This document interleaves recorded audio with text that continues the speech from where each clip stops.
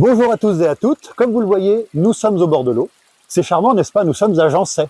Mais nous allons vous amener au bord de l'eau, un peu plus loin. Vous vous demandez peut-être pourquoi nous avons choisi ce décor en guise d'introduction au film que vous allez voir. Eh bien, c'est parce que l'eau est omniprésente dans ce film. Nous n'avons bien sûr pas la prétention de comparer ce modeste cours d'eau à l'Amazone, lequel a plus de 6000 km, 1100 affluents et 3100 km navigables au Brésil. Vous les verrez, lui et quelques-uns de ses affluents, se déployer dans toute leur majesté tout au long du film. Et vous aurez l'occasion de découvrir toute une vie qui se déroule sur ces rives avec des paysages fabuleux. Gabriel Mascaro, c'est un réalisateur brésilien de 42 ans. Il est réalisateur de films et plasticien. Il a réalisé 4 documentaires depuis 2008 qui ne sont pas sortis en France.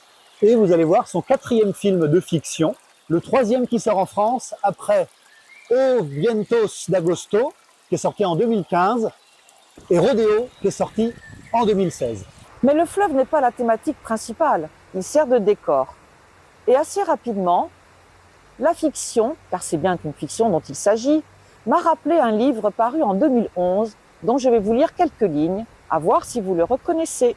On se dit qu'il aurait pu se décider avant et qu'il aurait dû au moins avoir le courage de prévenir son entourage de sa décision. Mais Alan Carlson n'avait jamais été du genre à réfléchir longtemps avant d'agir.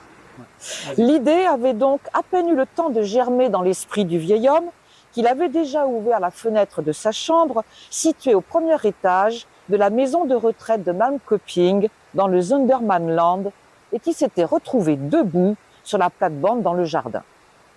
L'acrobatie l'avait un peu secoué, ce qui n'avait rien de très étonnant vu que ce jour-là, Alan allait avoir 100 ans. La réception organisée pour son centenaire dans le réfectoire de l'établissement commençait dans 1 heure à peine. L'adjoint au maire lui-même était invité et le journal local avait prévu de couvrir l'événement. Tous les vieux étaient évidemment sur leur 31, ainsi que le personnel au complet. Seul le roi de la fête allait manquer à l'appel. Je vous lis juste 2 ou 3 lignes un petit peu plus loin. Il tourna la tête, jeta un dernier regard à la maison de retraite, dont il pensait, il n'y a pas si longtemps encore, qu'elle serait sa dernière demeure sur terre. Tant pis, il pourrait toujours mourir ailleurs plus tard. L'avez-vous reconnu? C'est le roman de Jonas Johansson, le vieux qui ne voulait pas fêter son anniversaire. Le héros s'évade de la maison de retraite le jour de ses 100 ans et il va vivre par la suite toute une série d'aventures rocambolesques et faire des rencontres toutes plus jubilatoires les unes que les autres. Eh bien, Teresa, elle aussi, va s'enfuir.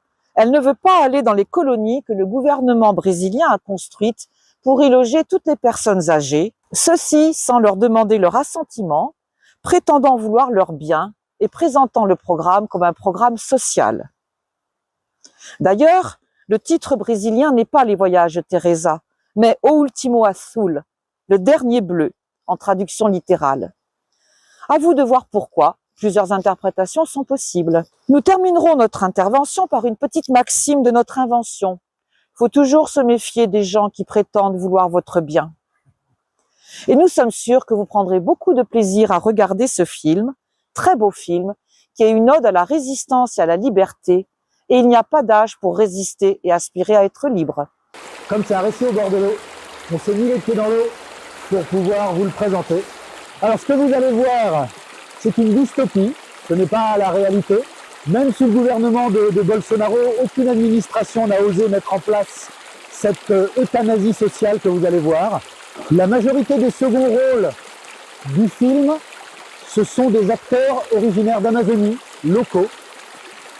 L'actrice principale, Denise Weinberg, est assez connue au Brésil. Elle est comédienne de théâtre, elle a tourné pour la télévision.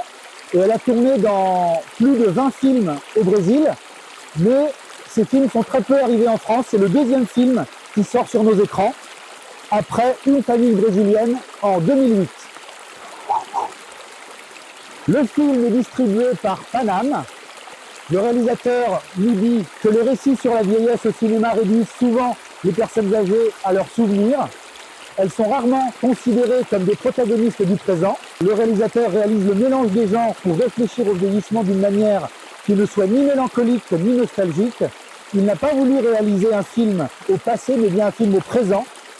L'Amazonie et la forêt font écho à de nouvelles voies pour un corps qui, bien que vieillissant, a encore des rêves à réaliser. Il n'y a pas d'âge pour se rebeller. Nous espérons que ce film vous plaira. Si le film vous a séduit, n'hésitez pas à en parler autour de vous. Il repassera dans quelques semaines, ici même à Jançay. Bonne séance!